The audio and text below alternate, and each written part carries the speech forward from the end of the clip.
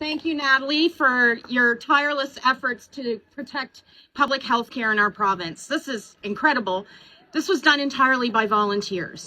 People who gave hours and hours and hours and weeks leading up to the day of the vote. And they did that because they believe in our public health care system, and they did it to support the workers. I'm a medical laboratory technologist by profession, the chair of OPSEU CEFPO's Hospital Professionals Division, representing 28,000 health professionals across the province.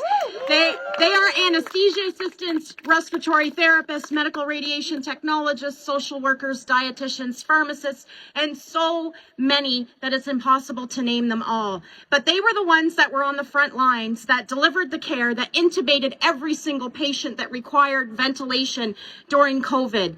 They were the ones that made sure the tube was inserted in the right place. And they are the ones that are so short-staffed but do incredible work every single day on behalf of Ontarians. And they will continue to do that work in a public healthcare system that values the work that they do. And many people have mentioned death is a consequence of private health care. And why do we have public hospitals and ORs and hospitals? Because we have medical radiation technologists that are there to assist the patient. We have respiratory therapists that are there if the patient codes. We have anesthesia assistants, and we have lab technologists just down the hall from every single operating room in the province of Ontario. And we cross-match units of blood for every single surgery. Why? Because you don't want to be that patient that codes or has a massive bleed on the table without having units of blood cross-matched. That will not happen in private clinics. They do not have the capacity, they do not have the staff, they do not have the accreditation.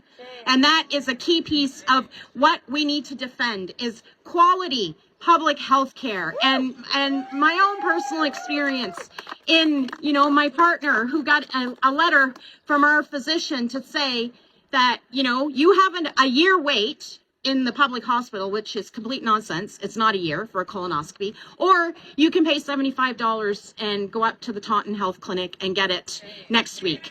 And that is what we are going to get if we do not stop Doug Ford in his tracks. And we know what his plan is. And our health professionals are there, and they are ready to work even harder and longer hours to deliver public health care if Doug Ford would just fund the public health care system rather than starving it so that he can use an excuse to privatize our health care system.